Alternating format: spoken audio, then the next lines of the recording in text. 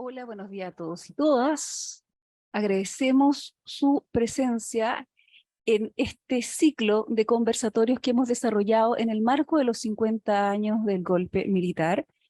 Y hoy tenemos el agrado de compartir con Jorge Magasich, que ha sacado un libro sobre la historia de la Unidad Popular. Pero antes de todo quiero dar las excusas de nuestro presidente José Pérez de Belli, que en este momento se encuentra exponiendo en la Cámara del Senado, en la Comisión de Vivienda, y por ese motivo no puede estar. Así que dejo la palabra a mi compañero Yuri Contreras, vicepresidente de Cultura y Deporte. Hola compañeras y compañeros, efectivamente como dice Yanna, al conmemorarse 50 años del golpe cívico-militar, la ANEF ha iniciado un proceso de presentaciones donde hemos tratado, digamos, de exponer de distintas miradas los acontecimientos que ocurrieron en esa época y el contexto, digamos, que se trae a la actualidad y que hoy día nos permite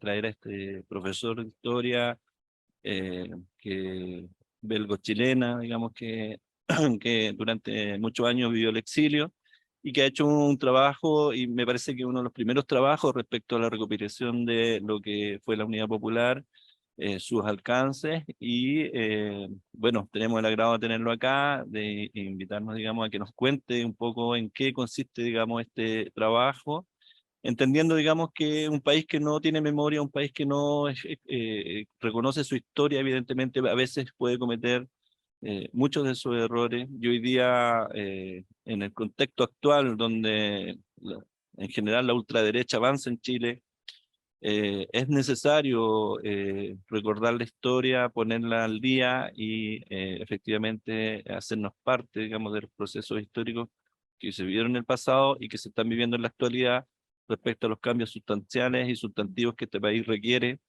en el marco, digamos, de defender y respetar la democracia y evitar, digamos, el avance de los sectores totalitarios. Así que dejo con ustedes a señor Magali, para que nos cuente, digamos, sobre su libro. Bien, muchas gracias por la invitación. Les cuento que estudiando estamos en el tercer piso acá, pude ir el overall de Clotario Blest, fundador de la ANEF, primera vez que estoy en ese local, pero recuerdo que lo conocí como estudiante en Valparaíso, una vez de una conferencia en la Universidad de Santa María. Yo estaba en la Chile, pero fui a escucharlo, y después bajo dictadura yo estaba exilado, pero correspondí con él, y es efectivamente una de las grandes personas de la historia del siglo XX. Muchas gracias entonces por la invitación y por tener estos recuerdos de Clotario Blest en este local. Pasemos ahora al tema. Como dijeron en la presentación, soy historiador. En relación a la historia de Chile, un primer trabajo que por lo menos se conoce en ámbitos historiadores, lo hice, es un libro, en realidad son dos volúmenes, los que dijeron no, que es la historia de la oposición al golpe de Estado en las Fuerzas Armadas, particularmente en la Marina. O sea, hubo muchos militares, por lo menos una cantidad significativa, que con motivaciones diferentes se negaron a participar en el golpe. Y quizás el núcleo más grande estaba en la Marina, entonces examiné los procesos de entrevista, y eso generó ese libro. Se lo señalo, una cosa importante, porque eso permite establecer que el golpe fue perpetrado por un sector de las Fuerzas Armadas, mayoritario tal vez, pero un sector, porque hubo otro sector que se negó a participar en él. Pasemos ahora al tema que nos reúne hoy, en la historia de la Unidad Popular. Quiero decirles también no, aún no. Quiero decirles también que lo que me motivó a escribir esto es que si bien hay muchos libros sobre el período, no hay hasta ahora, yo no conozco una historia completa escrita con métodos de historiador. Y yo creo que hace falta. Y por un motivo importante, se habla mucho del golpe de Estado, y a justo título, de su brutalidad y de las atrocidades que siguieron, y había que hacerlo, y yo lo hice varias veces. Pero eso ha hecho sombra, digamos, a las realizaciones, a lo que pasó antes. Y yo creo que es necesario que lo que se hizo en esos 3 años, o sea, la coherencia del proyecto y sus realizaciones tengan un lugar más importante en la historia y se reconozca también eso, que es uno de los sentidos de este trabajo. Ahora, les cuento que estoy en la mitad. Han aparecido 4 volúmenes. Ya no dijo efectivamente es un libro, pero es un libro que va a estar, hasta ahora está dividido en 4 volúmenes, y van a haber probablemente 4 más. O sea, voy a hacer el primero, es lo previo; el segundo, los 60 días de la elección a la toma de posesión; el tercero, los 7 primeros meses; y el cuarto, los 5 meses que van de agosto a diciembre del 71. Y ahí voy. O sea, me falta el 72 y el 73, describiendo lo que pasó. Tengo algo, por supuesto, pero... Entonces es un trabajo de largo aliento y para restituir lo que pasó en ese proceso histórico. La portada que ven, ahora voy a presentar fundamentalmente los libros 3 y 4, o sea, los 14 primeros meses de gobierno, que están, no sé si habría forma de verlo, si no me voy a perder. Sí. La portada que ven es un hecho muy simbólico, porque ahí ven a lo que el Mercurio decía, el carro cisterna, conocido como el guanaco, que en esa época se disolvió el grupo móvil, en el nombre del grupo de la policía que cargaba contra manifestaciones, y al guanaco se le asignó una nueva misión, que era ir a distribuir aguas en las poblaciones que carecían de agua potable. Y ahí están, sin rejas, como ven, los carabineros llenando los baldes, las ollas de las señoras que llenaban sus aguas con balde. Fue la nueva misión que tuvo Carabineros en esa época. Me parece algo muy simbólico de entonces. Voy a pasar a la siguiente.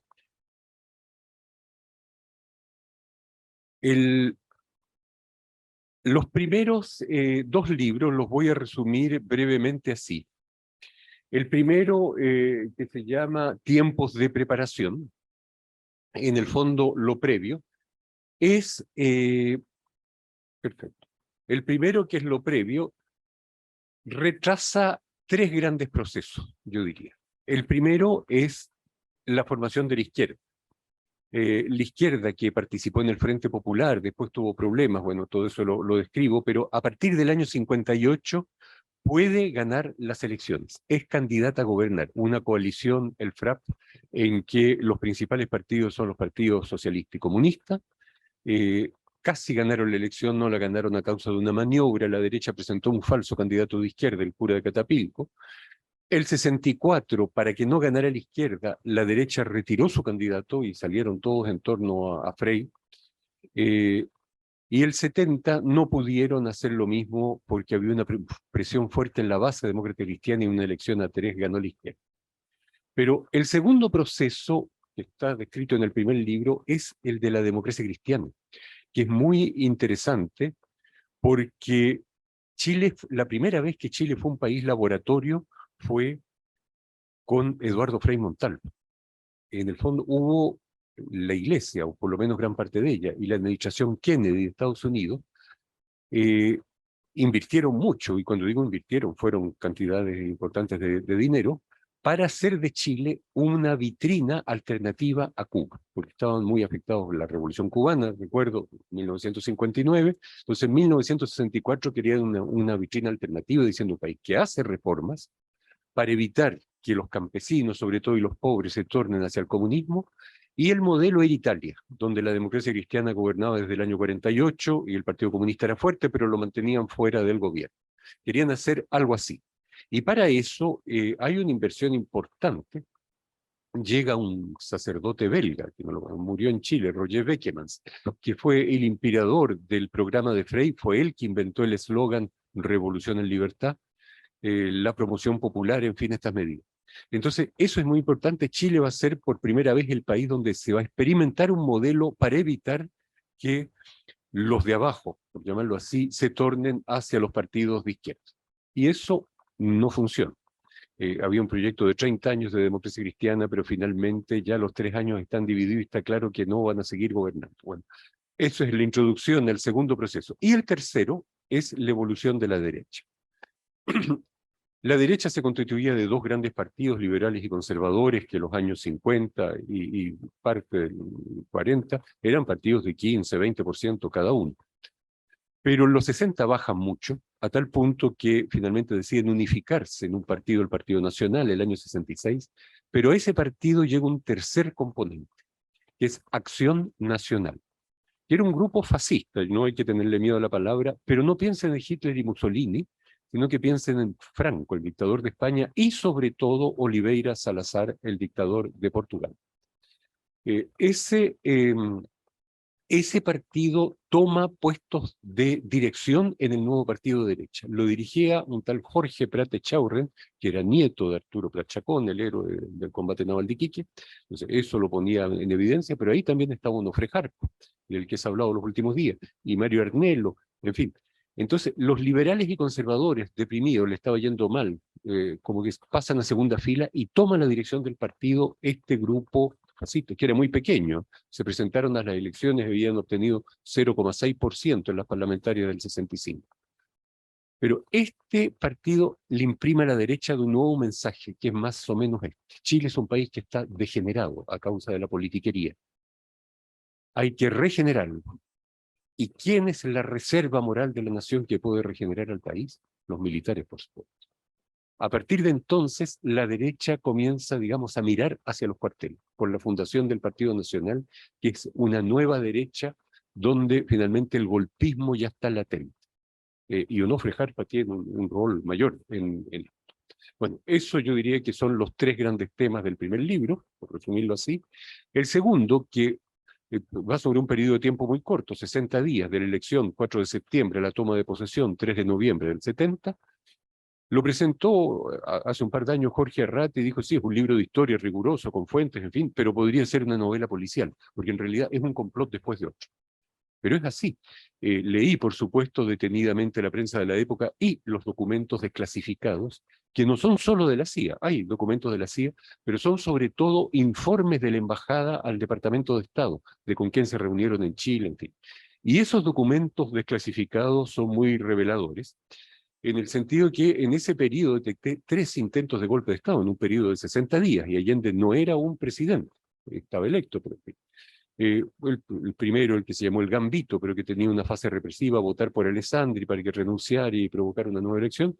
El segundo fue un golpe de Estado organizado por el embajador estadounidense Edward Corry, y él mismo lo informa, que se iba a iniciar, comenzaba con las fiestas patrias, el 18 de septiembre, y comenzó con un discurso de Andrés Saldívar, el ministro de Hacienda entonces, que él dice que no, pero si uno examina la fuente, sí. O sea, era un discurso que iba a dar inicio a un golpe de Estado, iban a renunciar ministros, y los iban a reemplazar por militares, y los militares iban a suspender elecciones en el Congreso. Y el tercer intento de golpe de Estado es el que terminó con el asesinato de Schneider. Entraron a Chile 5 agentes de la CIA para reforzar la CIA local, 24 contactos con militares. Querían crear un clima golpista para esos grupos de extrema derecha alrededor del general Biot. Todavía no era Patria y Libertad, pero eran grupos alrededor de Biot. Hicieron explotar 26 bombas para crear un clima de caos. Entonces que la gente pidiera orden, en fin. Y eso va a terminar con el asesinato de Schneider, que el hecho está descrito con todos los detalles que puedo encontrar, incluso conversé con algunos de sus hijos, en fin, para poder establecer. En el último intento, Chile pasó a un tris del golpe de Estado. El día que asesinan a Schneider, el 22 de octubre del 70, Carabineros estaba bajo el mando de un golpista, Vicente Huerta Celis. El ejército en Santiago, que estaba desplegado con toque de queda, bajo otro golpista que era Camilo Valenzuela. La Marina estaba bajo el mando de Tirado Barrios, que controlaba Valparaíso y que estaba con el golpe. Y los 2 primeros de la Fuerza Aérea también. Entonces, los 2 primeros informes de la CIA ya están, o sea, falta entrar a la moneda, pero prácticamente controlan el país. Y sin embargo, no se atreven, porque hay una gran disposición a la resistencia popular y porque el comandante en jefe del ejército, Prats, Schneider aún vivía, pero estaba agonizando en el hospital y lo reemplazó Pratt inmediatamente, se oponía terminantemente al golpe. Eso fue lo que impidió un golpe en esa época. Eso es por resumirle los 2 primeros libros. Vamos a pasar ahora al siguiente, al tercero y al cuarto. En este periodo, la izquierda comienza a aplicar su programa, pero yo diría que los programas del año 58, 64 y 70 se parecen. Es cierto que en el del 70 dice vamos al socialismo y los otros no, pero si uno los analiza desde el punto de vista de las medidas concretas, son más o menos las mismas. Y se pueden resumir en esas 3 que se ven en la diapositiva. Las riquezas básicas, principalmente el cobre, son explotados por consorcios internacionales que dejan muy poco en el país, por lo tanto hay que nacionalizarlo. La agricultura se basa en latifundios, 5.800 según la definición que estaba en la ley de reforma agraria votada el año 67. Bueno, hay que expropiarlos y crear una nueva forma de producir en el campo, porque además de ser muy injusto, realmente el campesinado vivía en la miseria, son también extremadamente poco productivos. Chile tenía que comprar una cantidad creciente de alimentos que podía producir. Y se trata de crear también un sector social de la economía para orientar la producción hacia las necesidades de los más humildes, de la mitad de la población que casi no consumía. Yo diría, esos eran los tres grandes puntos programáticos de la izquierda. El primer punto, el primer punto importante va a ser, vamos a cambiar la diapositiva, va a ser el aumento de salario. Que es considerable. En ese entonces, la inflación el año 70 fue de 35%. Antes que eso, en realidad me estaba saltando una diapositiva, me parece importante señalar ciertas medidas simbólicas, ciertas medidas simbólicas iniciadas por el gobierno que son importantes. Se indultó a unos 50 militantes de izquierda que estaban procesados por asaltos a bancos con objetivos políticos, aunque en esos asaltos no hubo ningún muerto y ningún herido, o por instrucciones militares. Bueno, se dio el indulto inmediatamente. Fue una de las primeras medidas de Allende, pese a la oposición de la derecha diciendo solo se puede indultar cuando hay condena. No, se encontró jurisprudencia en la historia de Chile y en muchos gobiernos, en los años 40 y 50, hay indultos sin condena. La paga máxima en la administración pública se limitó a 20 sueldos vitales. El vital corresponde más o menos al mínimo actual. ¿Vale?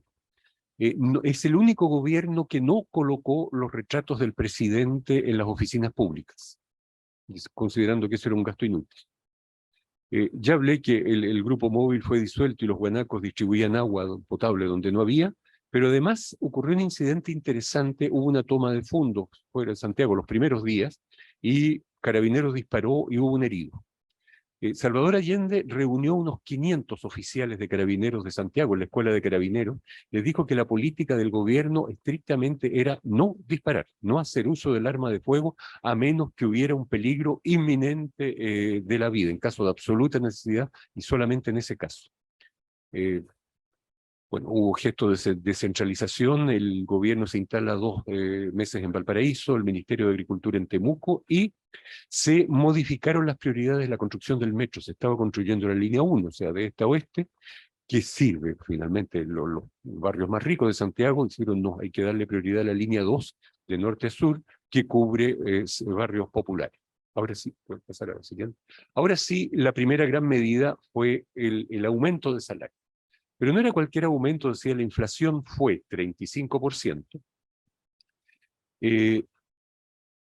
y los que recibían un vital, o sea, lo correspondiente al mínimo actual o menos, fueron aumentados de 45%, o sea, 10 más que la inflación. Y los que recibían entre 1 y 2 vitales de 38%, 3 más que la inflación. Pero además, el mínimo diario ahí está, pasó de 2 escudos a 20 escudos. Entonces, además, se aumentaron las asignaciones familiares, por ejemplo, de un obrero que cotizaba al seguro de obrero pasó de 42 escudos a 102 por carga y por mes. Entonces, según los cálculos de Américo Zorrilla, el ministro de Hacienda que ven ahí, una familia de un trabajador con 3 hijos pasó con el reajuste, el 35%, y los otros que le señalo, de 540 escudos a 960, o sea, casi dobló su ingreso. Lo que permitió que los humildes pudieran por primera vez adquirir bienes que no tenían, cosas como colchones, sábanas, cocinas a gas, y reemplazar las cocinas a parafina, que eran muy peligrosas, provocaban incendios, en algunos casos televisores, electrodomésticos, cosas de ese tipo. Entonces, hay, digamos, una nueva vida que se inicia para el sector más pobre de la población. ¿Puedo pasar a la siguiente? En enero del 71 se pone en aplicación el Programa Nacional de Leche, que consistía en dar incondicionalmente medio litro de leche a todos los niños hasta los 15 años, hasta los 14 años y 11 meses, así como a las mujeres embarazadas y a las mujeres que daban de mamar. Habían 8.800.000 niños en ese caso, habían 10 millones de chilenos entonces, y se hizo con un éxito absoluto. Chile tuvo que comprar leche y destinar recursos, porque no había en Chile una producción suficiente de leche, pero se llegó hasta los lugares más recónditos, o sea, la leche alcanzó a todos los niños y la mortalidad infantil bajó de 70 por 1000, que era bastante alta, a 60 por 1000 los 6 primeros meses. Y esto permitió también evitar, había niños que no morían, pero quedaban con daños a causa de la mala alimentación. Entonces, fue una de las medidas mayores en ese sentido. Otra gran medida fue, por supuesto, la editorial Quimantú, donde además de las cocinas a gas y los refrigeradores, el libro entra por primera vez a muchos hogares populares. Esto no estaba en el programa de la Unidad Popular, pero fue una ocasión, porque la principal editorial de Chile, Zig-Zag, estaba quebrada. Sus directivos eran próximos al Partido Demócrata Cristiano cuando no eran miembros, pero finalmente ellos le piden al gobierno, mira, ustedes no querrían comprarla. En realidad comprarla era quedarse con la deuda principalmente. Y el gobierno discute y acepta, pero el editorial no va a depender del Ministerio de Economía como las otras empresas nacionalizadas, sino que va a ser una entidad autónoma porque Allende dice produce ideas. Y va a producir 277 títulos de libros, clásicos chilenos, clásicos extranjeros, o sea, los libros tradicionales, ahí ven algunos de los ejemplos, pero hay... en una exposición que está muy cerca de acá, que se llama Diseñar la Revolución, tienen casi todas las portadas del libro de Quimantú, se las recomiendo porque reproduce muy bien aquella época. Está el auto que se fabricó el Yagán, también el televisor Antú, hay ejemplares de todo eso que están ahí. Bueno, Quimantú produjo, y lo importante es que hacía grandes tirajes. Los tirajes de libros en Chile eran un poco como ahora, 2000, 3000 ejemplares, eso ya estaba bastante bien. Se tiraban 50.000 ejemplares. Pero para que llegaran a sectores populares, donde no habían librerías, se hizo un convenio con los kioscos y se distribuían los libros a precios muy democráticos, se vendían a través de los kioscos. Entonces, nunca se leyó tanto la cultura, o por lo menos el libro entró por primera vez a muchos hogares populares. La reforma agraria, bueno, hay mucho que decir porque hubo debates y por supuesto que en el libro entrego muchos detalles sobre esto, ciertas correcciones que hubo incluso en el gobierno de Allende, ciertos defectos de la reforma agraria. En este caso es cierto que la ley fue de Frei y Allende continuó aplicando.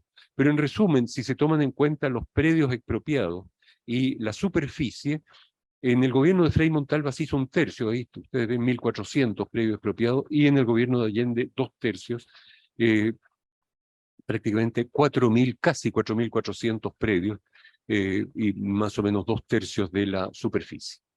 Con esto se termina el latifundio y se introduce otro tipo de agricultura. Me voy a saltar otros debates que hubo, porque hubo debates sobre este término, pero los invito a leer el libro, ahí está detalle todo eso. ¿Puedes pasar a la siguiente, por favor? Bueno, esas eran las campañas de prensa contra la reforma agraria, que se hablaba de guerrillas, que nunca existieron en realidad, pero se comenzó a construir un imaginario de algo muy terrible, en el fondo, con las tomas de fondo. Es cierto que hubo tomas de fondo, pero si uno toma una perspectiva histórica, Chile fue más o menos la cuarta reforma agraria en América Latina. La primera fue México, resultado de una revolución. La segunda fue Bolivia, en 52, resultado de otra revolución. La tercera fue Cuba, otra revolución. Y en esta, finalmente, la cantidad de víctimas, y hubo más víctimas campesinas de latifundistas que lo contrario, fueron pocas, lamentable, digamos, pero pocas. O sea, esa imagen no correspondía a la realidad, la que se vio. Puedes pasar a la siguiente. La otra gran medida fue el área de propiedad social, que con este explico mejor lo que quise decir en la introducción. Chile entonces eran 10 millones de personas, era un país semi-industrializado. Por ejemplo, casi todos los textiles de la época, las telas, eran fabricadas en Chile, lo que no es el caso hoy día. Y así como otros rubros, habían industrias de electrodoméstico y otras. Pero esos productos los consumía la mitad de la población, quizás un poco más de la mitad, 5 millones, 5 millones y medio de chilenos consumían lo que producía la industria. Los otros prácticamente no consumían porque tenían que destinar sus pocos escudos a alimentarse, y eso, alimentarse mal en algunos casos. Entonces, el proyecto era subir el poder adquisitivo de aquellos que no podían comprar los productos de la industria y al mismo tiempo hacer producir más a la industria. Y para eso se necesitaba la planificación. Entonces, el proyecto del gobierno era que la cifra no se dijo en los primeros momentos, lo que yo pienso que fue un error, porque no hay que esconder los errores tampoco, la lista de las 91 apareció el año 72, pero se hablaba de 100 a 150 empresas que tenían que estar en el área social, lo que permitía la planificación. Y ese año también se introdujo el proyecto 5, que en la exposición que les hablo se puede visitar, la sala de comando la reprodujeron bastante bien, que era utilizar la poca computación que había en Chile en la época sin tener que comprar más para planificar la producción, pero dándole un rol importante a la participación de los trabajadores. Esa fue la Yarur, una de las primeras empresas nacionalizadas por la acción de los trabajadores. Inmediatamente después de la toma, pusieron ese lienzo, Yarur, territorio libre de explotación. Efectivamente, una conquista social. Para esto se incentivó bastante el trabajo voluntario. Muchos trabajadores trabajaban los domingos. Todo el estéril del cobre que dejaron las empresas, las multinacionales, fue evacuado en gran parte con trabajo voluntario, porque si no era muy caro. Y se invitó a estudiantes que ven ahí en las fotos. En fin. Pasemos a la siguiente. Y por supuesto, la gran medida fue la nacionalización del cobre. Y digo la gran medida porque esto es matemático. O sea, desde la nacionalización del 71, de 5 minas que se nacionalizaron hasta el año 21, según cifras de Codelco que consulté, ingresaron al presupuesto de Chile 115.000 millones de dólares, en dólares de 2020. Es una cifra colosal, enorme. O sea, sin eso Chile sería un país mucho más pobre, sería un país empobrecido. Lo que coloca la nacionalización del cobre hace de ella, digamos, de la medida más importante del siglo XX. Pero quiero muy brevemente referirme a algo que me parece que hay una distorsión en la historia. Wikipedia, la propia Codelco y muchos textos dicen más o menos esto. Allende continuó la medida de Frey que chilenizó el cobre, después llegó Allende y chilenizó, o sea, hubo continuidad. Allende dio un paso más. No, eso no es así. Basta leer, puse los libros que inventó el libro de Eduardo Noboa, que es una persona que le tengo un gran respeto, es el padre de la nacionalización, fue él que redactó el proyecto de reforma constitucional, pesando letra por letra de las palabras que se escribieron ahí, y consiguió eso a través de una reforma. En realidad, la chilenización fue que Chile compró acciones en algunas minas el 51%, en otras el 30%, en otras el 25%, pero le dejó la gerencia y la comercialización a las empresas estadounidenses, la Anaconda o la Brennan. Y además les bajó los impuestos para que invirtieran, a cambio de inversión. Pero resulta que es discutible si invirtieron o no, porque no trajeron dinero, sino que contrajeron préstamos en Chile. Pero el precio del cobre subió mucho y como pagaban todo, bajaron los impuestos con este precio de cobre alto y muy poco impuesto, y ellos controlaban la gerencia, se las arreglaron para capitalizar casi toda esa ganancia. Entonces ellos ganaron todo vendiendo intermediarios y a través de otras técnicas, y Chile ganó muy poco. Hay gente que dice, pues Altamirano en esa época que era senador, habría sido mejor no hacer nada. Si no se hubiera chilenizado, habría entrado más dinero al Estado por el 50% de impuestos al beneficio que tenían que pagar, que lo que entró por la chilenización. Lo dice el propio Radomiro Tomic. O sea, fue una muy mala política esa chilenización, con eso Chile perdió. Pero lo peor es que eran contratos leyes por 20 años. O sea, estaba hecho para no nacionalizar. Entonces, para nacionalizar, hubo que hacerlo a través de una reforma constitucional que era la única forma de deshacer, cito a Eduardo Noboa en su libro, insiste mucho, había que desmontar la chilenización para poder nacionalizar. Entonces, no hay continuidad, hay ruptura. Para nacionalizar hubo que deshacer la chilenización. Yo creo que eso es importante entender. Pasemos a la siguiente. Sí. En política internacional, Chile deja de ser un país alineado con uno de los bloques de la Guerra Fría, digamos, Estados Unidos, y tiene la política de establecer relaciones con todos los países del mundo que respeten el principio de no injerencia y de autodeterminación de los pueblos. En concreto, Chile abre relaciones con 21 países sin romper con ninguno. Las más significativas fue sobre todo Cuba, a la semana del gobierno, después China, la República Democrática Alemana, pero también países africanos como Nigeria. Con Bolivia hay negociaciones para restablecer relaciones y Allende acepta hablar de la demanda marítima boliviana. De esto, bueno, si ven el libro está perfectamente documentado, pues Volodya Teitelbaum fue el primero que abrió las negociaciones en La Paz, lo pude entrevistar en su tiempo, y también en el último pleito entre Chile y Bolivia se publicaron todos los documentos, los memorándum bolivianos a esto. Y bueno, Chile también está en América Latina, le da mucha importancia al Pacto Andino y al movimiento de los no alineados y acoge muchos refugiados como los brasileños que se ven llegando ahí a Chile. Pasemos a la siguiente. En ese periodo, estamos en abril del 71, la izquierda gana las elecciones municipales, perdón, fueron el 4 de abril. Esta cifra es importante porque la Unidad Popular, más la USOP, que es una decisión del Partido Socialista, un pequeño partido que obtuvo 29.000 votos, ahí está el resultado, pero juntas pasan el 50%. Ahora, la USOPO declaró ese mismo día que había que sumar sus votos a los de la Unidad Popular. Lo que hacen que la izquierda fue mayoritaria un tiempo, porque yo he visto críticas que nunca fue mayoritaria. Ahí está la cifra.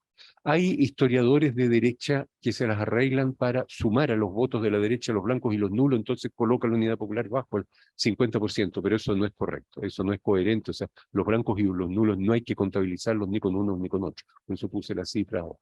Pero ese fue el resultado de esas elecciones. O sea, la izquierda pasa a ser mayoritaria. Pasemos a la siguiente.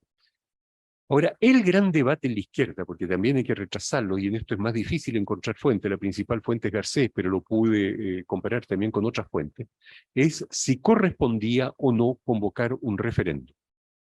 No es tanto el año 71 el debate entre el ala más moderada y el ala más radical, si quieren decirlo, entre reformistas o revolucionarios, como se llama, sino conviene o no convocar un referéndum, porque el día que asume Allende entra en vigencia un artículo de la Constitución que está ahí, el 109, que permite al Ejecutivo convocar un referéndum en caso de diferencia con el Legislativo en materia de reforma constitucional. Y en resumen, Allende quiso hacerlo 4 veces. La primera vez el Comité Político de la Unidad Popular dice que es mejor esperar las elecciones de abril, y las otras 3, en resumen, el Partido Socialista estuvo de acuerdo, pero el Partido Comunista no. Ese fue el gran... Y se va a presentar un proyecto de reforma constitucional, pero mucho más tarde. Yo diría fue el gran debate, y tal vez fue un error, aunque no se conoce el resultado del referéndum, pero un error no haberlo convocado cuando la izquierda era mayoritaria. Bueno, el primer mensaje de Allende resume su proyecto, un segundo modelo de transición al socialismo, y el socialismo es democrático, pluralista y libertario. Yo diría que esa es la idea principal. Pasemos a la siguiente. Ahora, por el lado de la oposición, y yo creo que es importante destacarlo acá, el primero, el Covert Action en Chile, o sea, la Comisión Church, que es conocido desde el año 75, y luego los documentos que se han ido desclasificando de a poco, y se tienen todavía varios tachones, hay que se siguen, hay cosas que desclasificar, pero permiten restituir la ayuda, con grandes comillas, o sea, el dinero que fue enviado a los partidos de oposición. Y yo les cuento que antes de, esto es solo el año 71, antes de comenzar esta investigación, yo pensaba que las buenas relaciones entre la democracia cristiana y el gobierno habían durado más o menos 6 meses. Después de ver esto, no, me doy cuenta, fueron 2 meses, y solo 2 meses, noviembre y diciembre del 71. A partir de enero, la democracia cristiana comienza ya una política muy agresiva, o sea, una mutación hacia la oposición radical, y eso coincide con la llegada, si ven la tercera cifra, de los 1.240 millones de dólares a las agrupaciones anti-Allende, pero era principalmente a la democracia cristiana. Y después llegan otras ayudas. Ahora, los documentos desclasificados dicen le enviamos este dinero a la democracia cristiana, pero si uno quiere ver esto con más detalle, yo pienso que no llegaron a la directiva. Yo alcancé a conversar con Renan Fuentealba, que fue el presidente poco después. Él dice, no, yo no vi. También con Benjamín Prado, que fue presidente.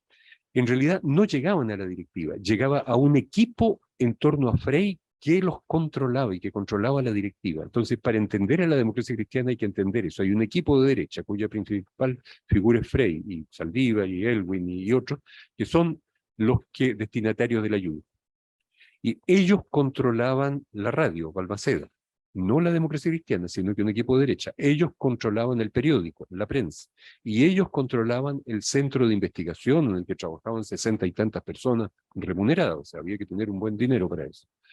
Ese era el equipo que recibía esos. Y esa ayuda, o sea, esos dólares estadounidenses eran para no llegar a un acuerdo con la izquierda.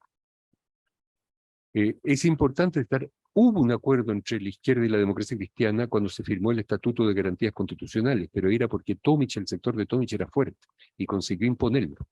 Pero desde que llega esos dólares va a ser el sector de derecha que es fuerte y se las podría enumerar, pero no hay tiempo. En varias ocasiones hubo negociaciones. Una vez en junio del 72 el acuerdo estaba firmado y Frey llamó a los senadores amigos para que se retiraran de la sesión del Senado, donde había que postergarlo una votación, para que fracasara el acuerdo. O sea, ese era uno de los objetivos del dinero estadounidense. Entonces, estas teorías que andan circulando, que dicen que Allende no fue capaz de llegar a un acuerdo con la democracia cristiana y por eso fracasó y por eso nos tienen metidos hasta ahora, me refiero a un libro que recomendó el actual presidente, lo leí. Si uno, a la luz de esos acontecimientos, y el mismo libro dice que sí hubo un poco de injerencia extranjera, pero poca, no fue poca, fue mucha, y fue decisiva, fue crucial para el golpe de Estado. Ahora, uno de los hoyos negros en la historia de Chile es quién recibió ese dinero. Y yo creo que en eso la democracia cristiana principalmente está en deuda. Se sabe que está en los documentos desclasificados, Onofre Jarpa de la derecha fue a pedir dinero y le dieron, y hizo el diario Tribuna. O sea, muy nacionalista, pero le pedía el dinero a Estados Unidos para complotar contra el gobierno de su nación. En esto aparece el nombre en los documentos desclasificados de Sergio Ossa Pretó, que era el último ministro de Defensa de Frei Montalva, muy de derecha. Fue su nexo con era como enlace con el embajador estadounidense. También Orlando Sáenz nombra a Munátegui, Felipe Munátegui, que es uno de los 3 vicepresidentes. Pero yo creo que son mucho más que 2 los implicados en esta ayuda, y hasta ahora el dinero partió de Estados Unidos y no hay gente que asuma su recepción en Chile. Y eso yo diría que si la democracia cristiana escucha el mensaje, sería bueno que dijeran quién recibió ese dinero y qué hicieron con él. Eso es, puedo pasar a la siguiente.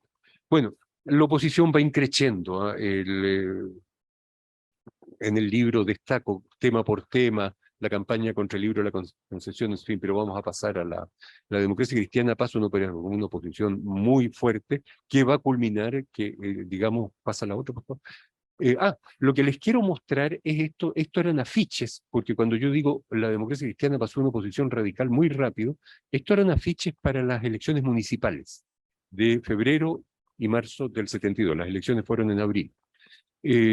Bueno, le echan la culpa al gobierno de la cesantía, no hay trabajo, no insiste. Y el gobierno de Allende lleva 3 meses, entonces, o sea, la cesantía no venía del gobierno de Allende. Además, si uno lo mira en detalle, el clavo está un poco más alto que el cartel ahí. No hay trabajo, no insisto. Se habla de tribunales populares, en realidad hubo un proyecto de tribunales vecinales, ese era el proyecto. Que era una especie de instancia de mediación que hoy día está en el programa de Renovación Nacional. O sea, no era tan terrible. Pero sin embargo, bueno, se hace una campaña contra eso. Pues pasar a la siguiente, son 3 afiches más. Chile se iba a transformar en un campo de concentración, estábamos a punto de caer en el más grave de los totalitarismos. La izquierda lleva una campaña del terror, fue la democracia cristiana que nacionalizó el cobre, y la izquierda solo lo quiere dar el golpe, el cobre solo para algunos, y pasa a la siguiente. Cesantes también a causa de la izquierda. Usted está marcado, lo andan fichando, lo andan siguiendo, bueno, y todavía se puede elegir, pero esta va a ser tal vez la última elección porque estamos a punto de caer en el más siniestro de los totalitarismos, porque hay un plan secreto para imponer el totalitarismo. Bueno, esa era la tónica en febrero y marzo del 71. O sea, no estamos en los últimos días antes del golpe. Entonces, y justo después de la llegada de aquella suma de dinero. Ahora, les cuento que en otro documento desclasificado el embajador Porri dice que el día de la elección Frey, Sergio Ossa y otros nombres más, se invitaron a mi casa a comentar el resultado y yo los felicité porque dije, los chilenos, informa Estados Unidos, hacen las campañas del terror mucho mejor que nosotros. La campaña del terror del año 70 fue mediocre y esa la diseñó la oficina de la CIA en Chile, en cambio esta la diseñó la democracia cristiana y es mucho mejor causa mucho mejor efecto. Eso es lo que dice Corry en su, o sea, califica de esto de campaña del terror. Y era cada vez una página del Mercurio y del diario El Sur de Concepción, o sea, que cuesta muy cara. Eran campañas. Puedes pasar a la siguiente. Bueno, el asesinato de Pérez Zújovich va a ser el punto ya de ruptura definitiva entre la democracia cristiana y el gobierno, hacen caer a la Cámara. En el libro de esto fue un grupo pseudo-revolucionario, la BOP, pero hay indicios de manipulación que están en el libro de Carlos Toro, el subdirector de investigación, diciendo que habían sido unos panameños que les habrían insinuado que la víctima fuera Pérez Zújovich. Pero digo indicios y no pruebas, porque está eso en algunas actas. En el libro cuento todos los detalles de eso. Pueden pasar a la siguiente. Y bueno, esto lo pasamos. La Corte Suprema y la Contraloría exceden sus funciones y comienzan a comportarse como la derecha. La derecha no es solo los partidos. Por ejemplo, negaron el desafuero de un senador que estaba involucrado en el asesinato de Schneider. Y la Contraloría comienza a objetar todo lo que puede en eso. Hacemos la siguiente. Y finalmente la derecha se reunifica en una elección parcial en Valparaíso. Y lo importante de eso, los resultados no cambiaron. Esto fue exactamente el 18 de julio del 71, ahí están los dos candidatos. Se mantienen prácticamente los mismos resultados que la elección municipal, pero esta vez el Partido Nacional y la Democracia Cristiana apoyan un candidato. O sea, ya no hay más 3 bloques en Chile, se pasa a 2 bloques. Eso es lo que pasa a partir de esa fecha. Pasemos. Ese es el libro 4, un poco más corto, cuando ven Allende en las obras de la UNTA, casi inmediatamente a la siguiente, donde está ese trabajo, fue la gran realización arquitectónica del gobierno de la Unidad Popular, donde finalmente la mayoría de los artistas chilenos impregnaron sus obras. Una parte se perdió, otra parte ha sido recuperada, pero fue uno de los récords. Fue construido en 275 días, trabajando día y noche y fines de semana. Se hizo esa gran obra arquitectónica.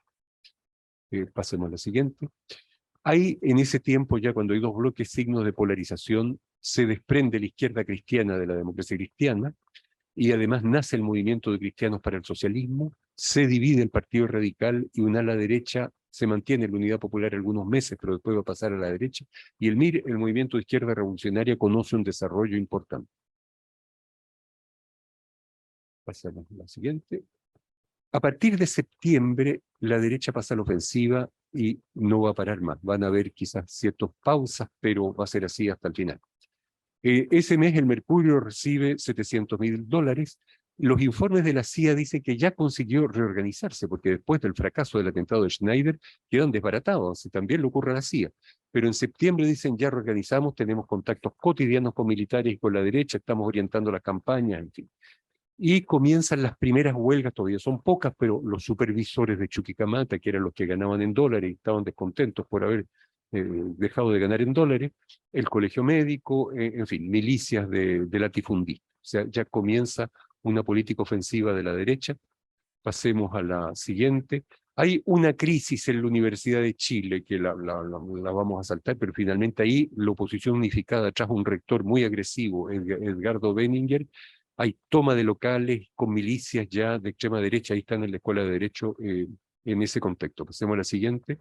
Y Benninger en un momento irrumpa la moneda, pateando puertas y empujando carabineros para pedir una audiencia. El gobierno le hace una querella y ahí, poco tiempo después, ahí está con su abogado Miguel Schweiz. No sé si reconocen, esos son los estudiantes demócratas cristianos en la toma de la Escuela de Derecho, y hay una futura ministra de Relaciones Exteriores. No sé si la reconocen. Soledad Alvear cuando joven. En fin, pasemos a la siguiente. Hay una campaña para no nacionalizar la Papelero, la compañía manufacturera de papeles y cartones, cuando el gobierno los primeros meses en enero consiguió nacionalizar prácticamente todos los bancos, comprando acciones. La mayoría de los accionistas, incluso aquellos que el 1% que tiene el 50% de las acciones, vendió las acciones, por lo menos buena parte de ellas. A fin de año esto ya no es posible y hay una campaña fuerte contra la nacionalización de la papelera. Y no haga usted como Judas, en fin. Y pasemos a la siguiente. Y en ese periodo, estamos llegando al final, pero hay 3 proyectos cruciales que son poco conocidos. Incluso lo he conversado con diputados de la época y ya un poco se les había olvidado. La democracia cristiana presenta la reforma constitucional Hamilton Fuentealba, el nombre de los dos que la presentaron, que en el fondo dice que solo se puede expropiar por ley y una ley por cada expropiación y no por decreto, o sea, transfiere al Parlamento esa facultad. Declara nula la compra de acciones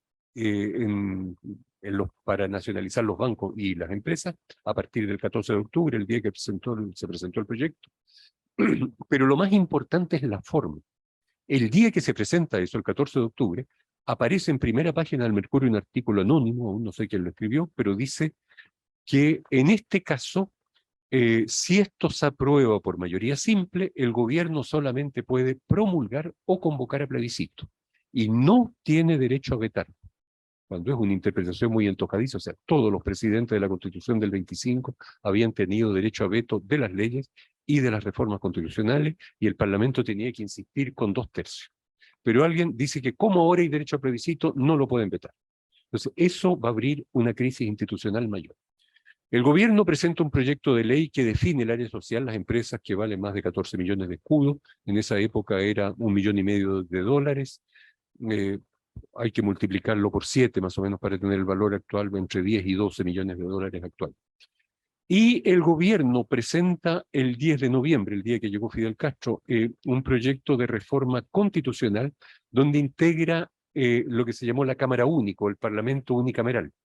Pero también está lo que ven ahí, los parlamentarios pueden ser reelectos una sola vez, no pueden ganar más de 20 sueldos vitales, se integra la iniciativa popular, o sea, si se reúne una cierta cantidad de firmas, se puede proponer un proyecto de ley, el presidente puede disolver las cámaras una vez en su mandato y provocar una nueva elección, igualdad absoluta entre hombres y mujeres, que no existía en la época, y entre los hijos legítimos y ilegítimos, y no está ahí en la foto, pero también se limita el puesto de la Corte Suprema a 6 meses. Ahora, todo eso, por supuesto, no pasó. La visita de Fidel Castro fueron 24 días, porque hay gente que dice se instaló 2 meses, no, fue del 10 de diciembre del 10 de noviembre al 5 de diciembre. Pero una más interesante, por eso muestro la foto, que en esos días llegó François Mitterrand, el futuro presidente de Francia, y tuvo una conversación muy interesante con Allende. Ese es 2 días después de la llegada de Fidel Castro, ahí están en La Moneda, el embajador que hizo de intérprete y un diputado socialista francés, Claude Destier, que tomó nota taquigráfica, sabía español y sabía taquigrafía, que después la publicó en su blog. Entonces está toda la conversación entre Allende y Mitterrand que va a ser el candidato de izquierda el próximo año. O sea, le faltó 0,8% para ganar. Le hace preguntas muy concretas sobre cómo tiene que ser un gobierno de izquierda. Entonces yo encuentro que fue uno de los diálogos más interesantes que hay entre Mitterrand y Allende. Bueno, en el libro está la transcripción y vamos al final.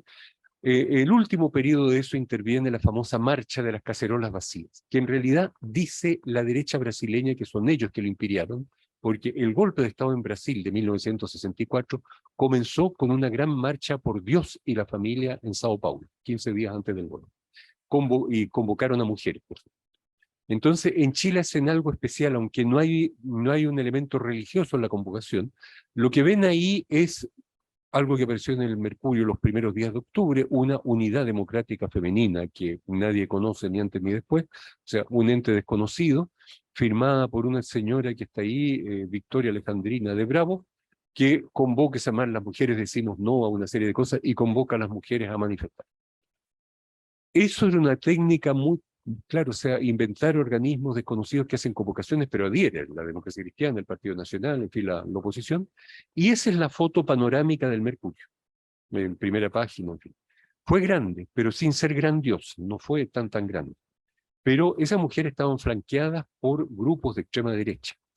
Y en resumen, cuando llegan donde tenía que terminar la manifestación que había sido autorizada frente a la Biblioteca Nacional, hay gente que llama a la moneda, o otros al Teatro Municipal porque había una gala, porque ese día se cumplían 100 años del Ministerio de Relaciones Exteriores. Y estaba el cuerpo diplomático, en fin. Y la gente de izquierda se había reunido ahí, algunos también con cascos y palos y esas cosas, y se armó una pelea para impedir que fueran a la moneda. Carabineros tira bombas lacrimógenas en los 2 sentidos, y eso dura un par de horas. Pero después hubo una sonada en la noche en el Barrio Alto, que duró toda la noche con barricadas, fogatas. O sea, es la primera manifestación con características fascistas contra el gobierno. Y pasemos a la penúltima. Los mismos días se comienzan a constituir lo que se llamó los gremios, o sea, organizaciones organizadas patronales que organizan base social que puedan movilizar contra el gobierno.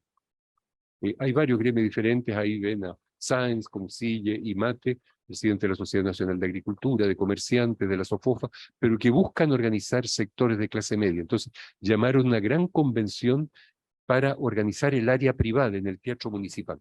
Y esos van a ser los sectores que van a movilizar el año 72. Entonces, por último, y la última diapositiva, el balance del año 71 es un balance altamente positivo, pero con algunos matices. Los pobres de Chile, los humildes, los de abajo, viven mejor y sensiblemente mejor. Yo creo que ha sido una primavera, fue el mejor año para muchos de ellos.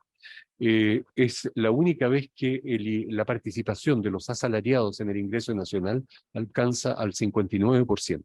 Es el punto más alto que ha alcanzado el siglo XX.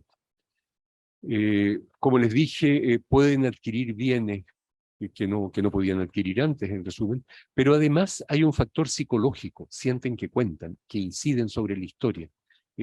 Antes eran un factor un poco, digamos, no contaban, eran el personal que menos era consultado, ahora sí. Cuentan, inciden, están construyendo el futuro. Entonces, esa sensación es muy importante y va a explicar el apoyo de muchos de ellos, en todo caso al gobierno, incluso en los meses que van a haber dificultades en los años siguientes. Y se perfilan, digamos, hay nubarrones en el horizonte, las primeras dificultades. Hay pequeñas carestías que no son muy graves del año 71. Cuando se hizo la marcha de las cacerolas vacías, no había ninguna carestía en esa época. La carne desapareció por algunos días y después apareció de nuevo, en fin, eran pequeñas cosas así. Pero hay efectivamente problemas económicos que se perfilan en el horizonte porque bajó el precio del cobre, posiblemente de forma intencional, y dejaron de entrar al presupuesto chileno 150 millones de dólares a causa de esa baja, y otros factores, pero cito el principal. Entonces, eso estaba ya creando problemas económicos que van a ser el origen de la inflación del año 72, pero eso lo voy a tratar en los próximos libros. Eso es lo que le puedo decir hasta ahora. Gracias a ustedes. Gracias, Jorge. Estaba pensando mientras tú ibas contándonos respecto a cada uno de los capítulos, que es un escenario bien desfavorable, ¿cierto? Hay algunas personas de izquierda que plantean que el error de Allende fue creer en la institucionalidad, es decir, creer en el ejército, creer en el poder legislativo, creer en los poderes judiciales, que vemos ahí el rol que tuvieron los tribunales, y no solamente durante la Unidad Popular, sino también posteriormente, ¿cierto? Que no vieron, no veían nada, ¿cierto? Y la Contraloría también ahí tuvo un rol durante la Unidad Popular, como tú bien manifiestas. Después de haber hecho esta investigación, ¿cuál es el análisis? Entendiendo que el contexto que se daba era bastante adverso, con una intervención fuertemente internacional, eh, con los partidos que en ese momento eran fuertes como la ADC, haciendo toda una trama, haciendo alianzas, no solamente, digamos, vinculándose más a la derecha, que además la ADC tenía una entrada importante en los sectores rurales, ¿cierto? Entonces, por eso también es tan funesto el rol de la ADC en ese momento. Ese análisis es acertado cuando la izquierda, digamos, plantea, o algunas personas de la izquierda plantean que el error fue confiar en la institucionalidad, no ver los poderes económicos vinculados a esta institucionalidad, no sé, me cabe esa duda. Mira, a ver, le voy a contestar en dos etapas. La primera etapa, institucionalidad, y la segunda, Fuerzas Armadas. Sobre la institucionalidad, más o menos lo dije, pero lo reitero, o sea, Allende quiso convocar rápidamente un referendo. La principal fuente de esto es Joan Garcés, que he leído sus libros y también he podido conversar con él, pero yo siempre una fuente hay que verificarla con otra, y lo verifiqué y efectivamente es así. El plan de Allende era, cuando todavía no era presidente, estamos la última semana de octubre del 70, hizo un cronograma con un grupo de asesores, los que estaban Garcés y Daisy Ribeiro, en que quería 4 grandes medidas. La primera era el cobre. La segunda era el área de propiedad social. La tercera era la participación de trabajadores. Y la cuarta quiso introducir la disolución como la que existe en Francia. O sea, el presidente tiene derecho a una vez en su mandato disolver las cámaras y provocar una nueva elección. Y no la Cámara Única. El programa de la Unidad Popular decía Cámara Única, o sea, Parlamento unicameral. Esto, la Unidad Popular le dijo, mire, ganamos con 36%, o sea, el comité político vamos a subir sin duda, pero no es seguro que lleguemos al 50%. Entonces, de acuerdo, se esperan las elecciones de abril, pero en las elecciones de abril se alcanza el 50%, que yo creo que fue el mejor momento de la izquierda. Entonces Allende vuelve a la carga. Y ahí, y les decía, en el acuerdo anterior, finalmente se presentó solo el cobre como reforma constitucional.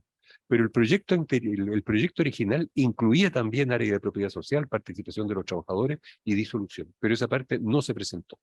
Entonces, lo del cobre se presentó el 23 de diciembre del 70, si me acuerdo bien. En abril Allende insiste. Porque diciendo, ahora, bueno, somos mayoría, aprovechemos esto, pero el Partido Comunista, el Partido Socialista dice de acuerdo, pero el Partido Comunista no es seguro que ganemos, mejor ir paso a paso. Y la misma discusión se vuelve a dar en julio, cuando se vota la nacionalización del cobre, porque los recuerdo, era una reforma constitucional.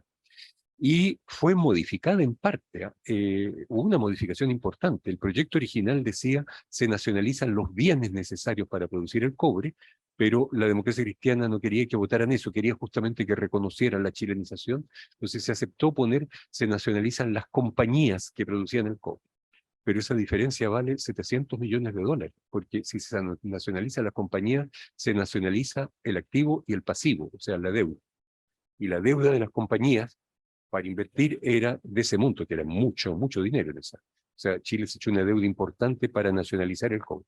Entonces Allende le dice al Comité de la Unidad Popular, esto yo lo puedo vetar, tengo derecho a veto, puesto que no fue aprobado tal cual fue presentado, y el referéndum tenía que hacerse cuando había desacuerdo sobre reforma constitucional, entonces lo podemos hacer casi inmediatamente. En una historia de un mes, en julio se podía convocar un referéndum. Y finalmente no hay acuerdo y se promulga la reforma constitucional que fue votada por unanimidad, aunque hubo algunas ausencias, las puse en el libro, la de la nacionalización del cobre. Pero esa fue, bueno, la tercera vez se da este debate en agosto y finalmente el Partido Socialista quiere incluir la Cámara Única y el MAPU quería incluir la lista de las empresas a nacionalizar. Y ese fue el proyecto de reforma constitucional que se presentó, como dije, que se introdujo el 10 de noviembre.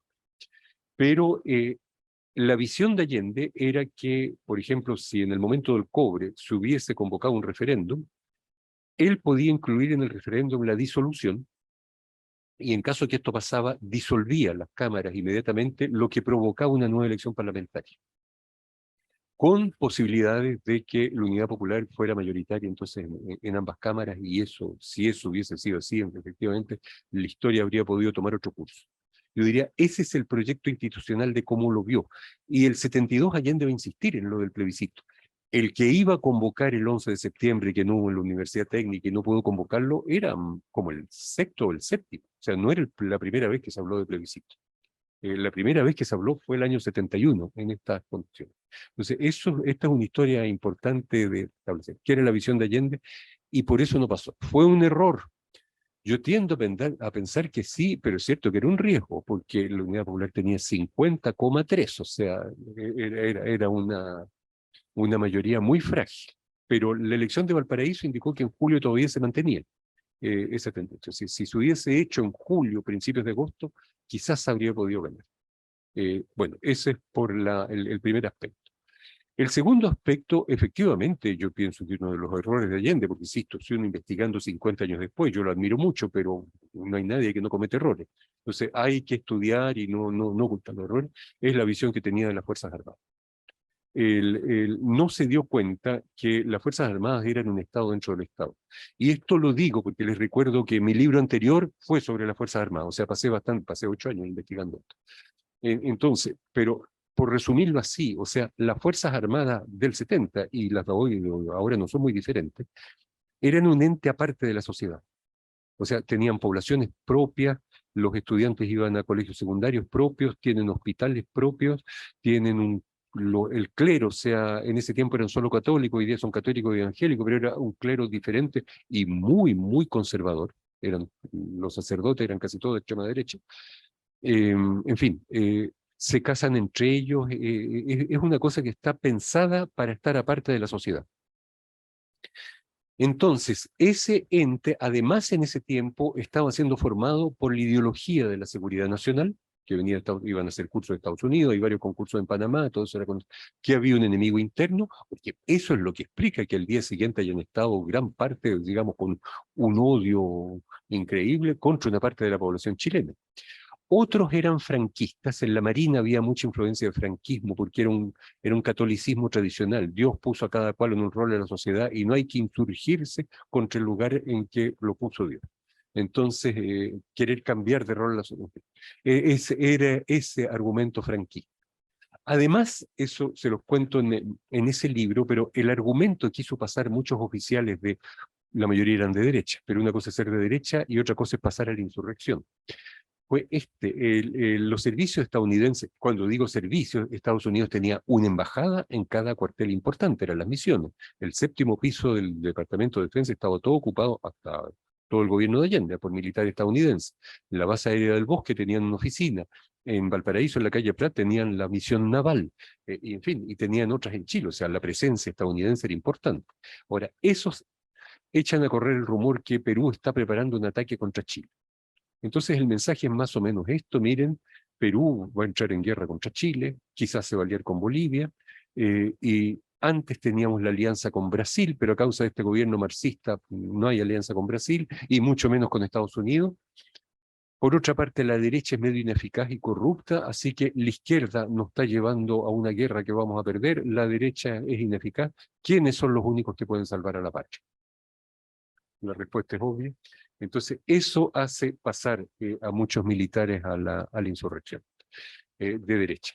Ahora, lo que pienso que Allende debió haber hecho era usar su poder de jefe de la Fuerza Armada, jefe constitucional, para reorganizarlas en el sentido de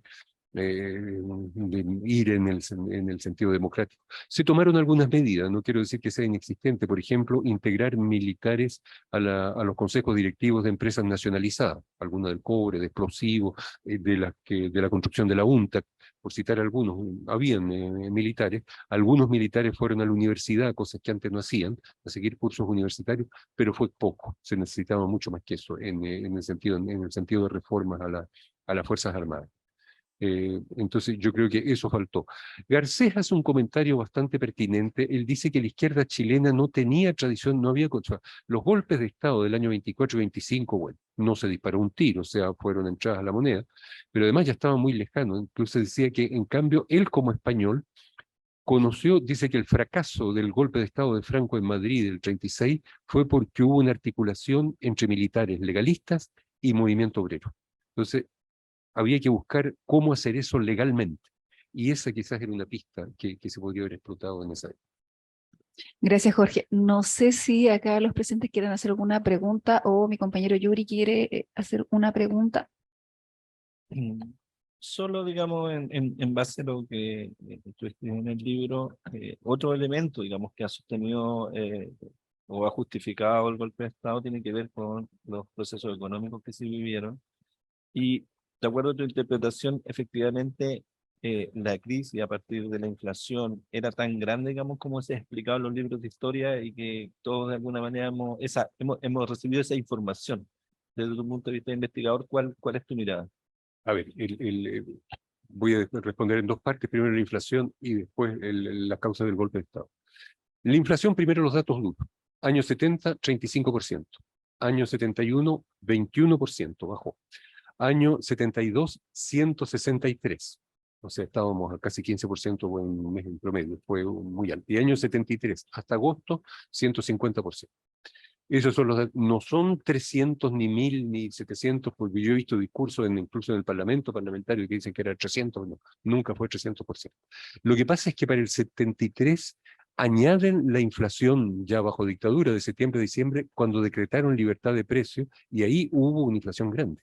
Entonces, claro, si la suman ahí, pero esa no es inflación de la Unidad Popular, es lo mínimo que se puede decir. Esos son los datos duros. Ahora, ¿qué la provoca? Bueno, el primer año consiguen bajar la inflación, en realidad fue más baja que la mayoría de los años de Frei Montalva, pese a ese aumento del ingreso, porque el Estado en ese tiempo tenía el instrumento que era, podía fijar los precios de unas 2.000 artículos. El año 73 convergen varios fenómenos y es difícil establecer cuál fue el más importante, pero muchos de ellos relacionados con el boicot.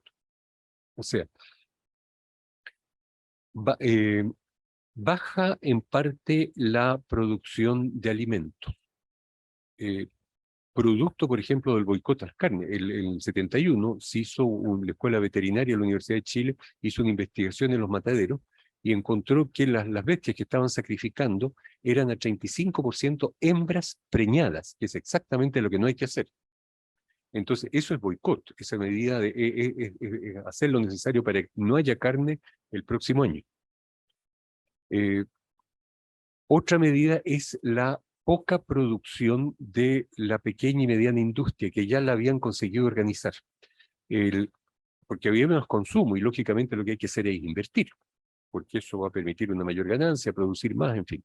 Pero la mayoría de los empresarios no invirtieron más, sino que estocaron y vendieron en el mercado negro, que comienza a desarrollarse.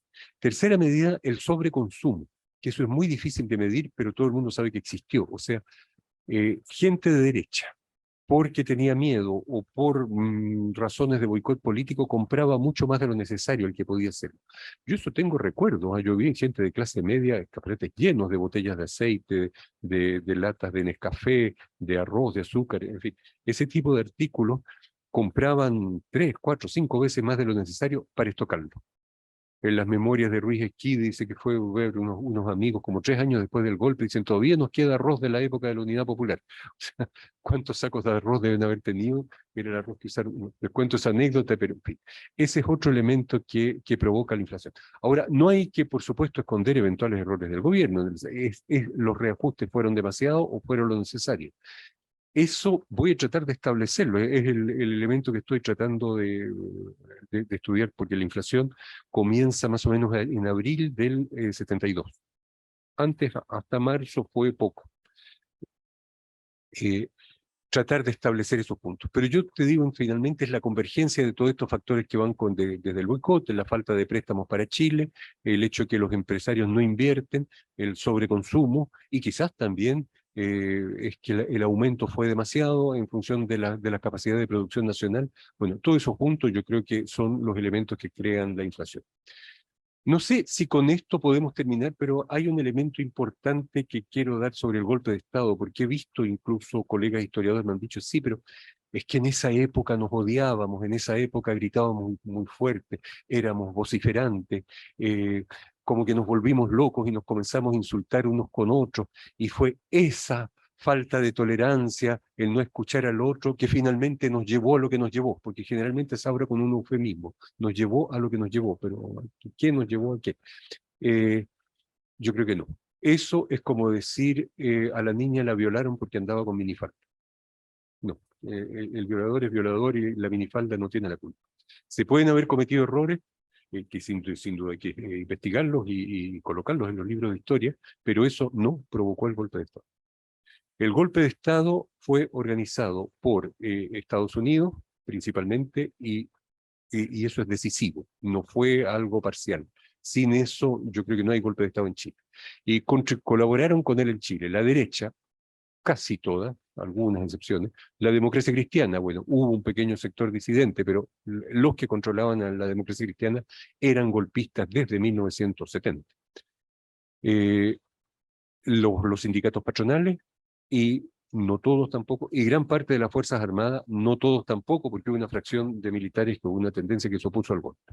Pero esos hicieron el golpe y nadie más, nadie más. Y el golpe, la decisión de perpetrar un golpe de Estado en Chile, y eso está perfectamente documentado, fue tomada por Nixon el 15 de septiembre de 1970 en la Casa Blanca, cuando él recibió un informe de Frei Montalva y otro de Agustín Edwards, y en función de esos dos informes dicta las instrucciones a la CIA para hacer un golpe de Estado. Y esto estamos a 10 días de la elección. Ni eso, o sea, Allende no era presidente, así que no había tomado ninguna medida, no había podido cometer ningún error. Y ya se tomó la decisión de perpetrar el golpe de Estado, e insistieron hasta el final. Entonces, yo creo que las responsabilidades están ahí y es muy importante apuntarlo. Por supuesto que pueden haber errores, pero eso no provocó el golpe de Estado. Lo que provocó el golpe de Estado fue la intervención extranjera y la voluntad de derrocar al gobierno desde el principio. Un último antecedente que quiero dar, porque las negociaciones, la gran acusación contra Allende es que no fue capaz de llegar a un acuerdo con la democracia cristiana. Y en varios dirigentes demócratas cristianos dicen, nosotros querían, pero Altamirano no lo dejó. No. Las últimas negociaciones de Allende con Elwin, que fueron el 31 de agosto y el 31 de julio, perdón, y el 1 de agosto en La Moneda, y después el 16 en la Casa del Cardenal, se parecen. Lo que Elwin viene a plantear es lo siguiente, y esto está en la revista ¿Qué pasa? Yo lo cito en el libro Los Marinos, y en esto incluso algunos historiadores de derecho lo están reconociendo, lo que es un paso. Elwin le dice a Allende, bueno, negociemos un poco el pacto que se había llegado al 72 de disminuir el área social, hacer pasar la reforma constitucional Hamilton Fuente Alba, pero poner que de ahora en adelante tiene que ser por 2/3, una cosa así. No.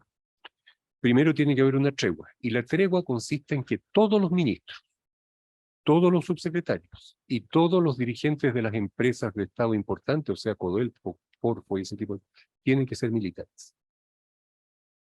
O sea, Allende se iba a quedar solo con ministros, subsecretarios y todo un equipo militar. ¿Qué era lo que había pasado en Uruguay un mes antes? Bordaberry, que era de derecha, sí, pero el golpe de Estado en Uruguay fue así. Designaron a militares en todos los puestos, salvo en el puesto del presidente.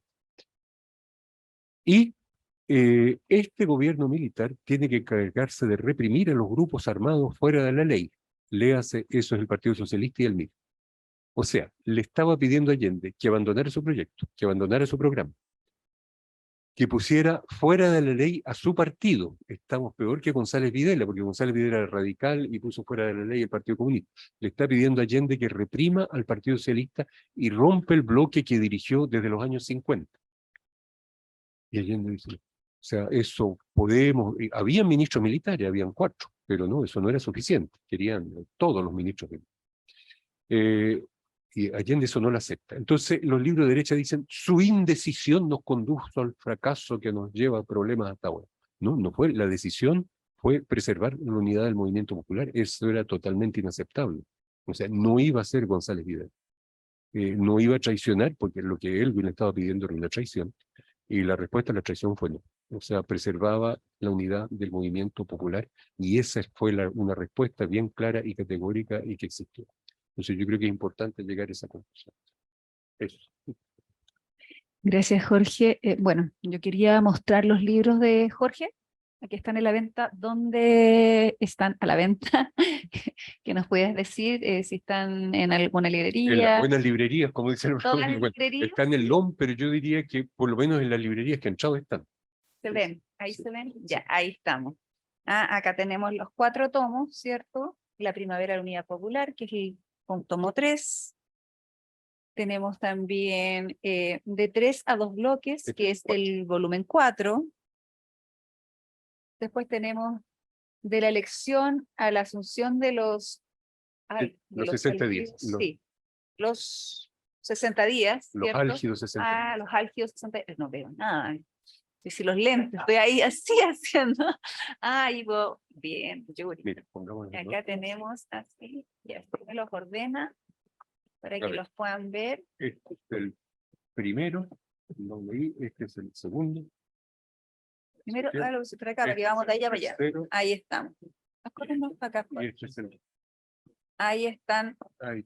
con sus imágenes para que los puedan ver, identificar, y que están en las librerías, en todas las librerías, entonces no No sé si en todas, pero en todas las que yo he entrado, por lo menos en la mayor bueno, parte en están. todas las que han entrado, Jorge, ahí están. Pero Así la que mayoría de las búsquenlo, librerías... en la mayoría de las librerías se encuentra este libro para que puedan tener más antecedentes de lo que hoy día pudimos, que fue una visión general de cada uno de los tomos, muy interesante, un debate necesario, un análisis necesario, sobre todo en el contexto que vivimos hoy día, donde efectivamente vemos un avance a la derecha, vemos nuevamente una polarización, vemos un negacionismo. Entonces es importante basarnos en documentos, en investigaciones, para levantar esta información. Jorge, no sé si hay algo más que decirnos, o Yuri ahí, para que nos puedan aportar y hacer el cierre. No solo agradecer al invitado y esperamos que esta sea la primera vez que nos juntemos, pero no la última, sino que podamos hacer otro ciclo, digamos, de debate. Es importante justamente reconstruir o recomponer aquellos aspectos que durante muchos años se han negado de la historia de Chile y que evidentemente de alguna u otra manera la verdad sobre momentos de la historia de Chile se han puesto en su justa medida y los chilenos podamos tener acceso desde el punto de vista sindical, los trabajadores y los funcionarios públicos, sepamos cuál fue efectivamente la verdad respecto a la Unidad Popular y como, como dice muy bien el historiador, hubieron otros agentes externos a este país los que provocaron el quiebre democrático. Así que agradecer, digamos, absolutamente, y como dice Yanna, estos aspectos, digamos, que uno no conoce y que es importante que recuperemos. Muchas gracias a la NEF, muchas gracias a Yuri y Yasna, y a quienes siguieron esta presentación. Bueno, ahí sí. Esperamos que nos sigan viendo. Tenemos ahí estaba yo conversando ya con Jorge para la posibilidad de hacer un ciclo con Jorge Magasic, con Sergio Grez y Gabriel Salazar, ya seguir en este análisis porque necesitamos seguir incorporando contenido, necesitamos hacer análisis y necesitamos dar a conocer muchos elementos que se han distorsionado hoy día. Agradecer a todos y todas que estuvieron, reiterar que nuestro presidente ANEF no pudo estar en este momento, dado que estaba exponiendo en el Senado, en la Comisión de Vivienda. Por mi parte agradezco yo, Yasna Frías, que no me presenté, vicepresidenta de Comunicaciones, y acá mi compañero Yuri Contreras, vicepresidente de Cultura y Deporte. Así que un abrazo a todos y todas y espero que sigan siguiéndonos en todos los conversatorios y actividades que estamos realizando en el marco de los 50 años, pero también estamos realizando actividades en el marco de los 80 años que cumplimos como ANEF, que fuimos fundados, como bien decía don Jorge Magasic, por Glotario Bles. Así que en la senda y en los pasos de Glotario seguimos caminando. Gracias.